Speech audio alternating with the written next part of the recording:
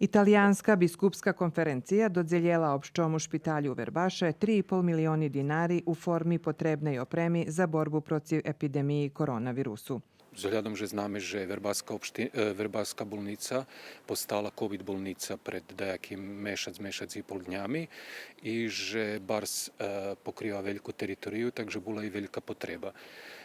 Tot projekt, po tim projektu obezpečeni sredstva za nabavljanje najneophodnejših sredstava za higijenu, za dezinfekciju i čišćenje. Špitalju Verbaše dostal bezkontaktni termometri, pulsni oksimetri, zaštitni maski i sredstva za dezinfekciju.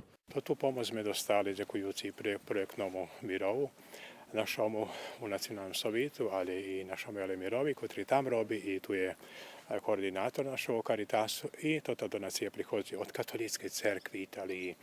I veliše i pitaju otkud to katolička crkva, pa pomaha jedan špitalj, zato že je to opće dobro. To je jedna od osnovnih principov. A drugo je, že solidarno, že možemo biti šitski, ne možemo biti hristijan ljubi Boha, ali ljubi Boha prek bližnjoho. Ne možeš ljubiti Boha, kotrого ne vidiš, ki ne vidiš bližnjoho, kotri pri tebe. I znam, že to i italijanska crkva, sluhajući i papu, kotri utoro, že šitski sme u jednim čamcu, šitski treba veslame. Na pridavanju donaciji oprez obščovo špitalju Verbas prisustvovali direktor špitalju dr. Milan Popov i predsjedatelj opštini Verbas Milan Glušac. Caritas u Srbiji predlužuje spolnjovac svoju misiju i namahače dac pomoc covek šomu číslu ľudzov u potrebi u skladze so svojima možljivosťami.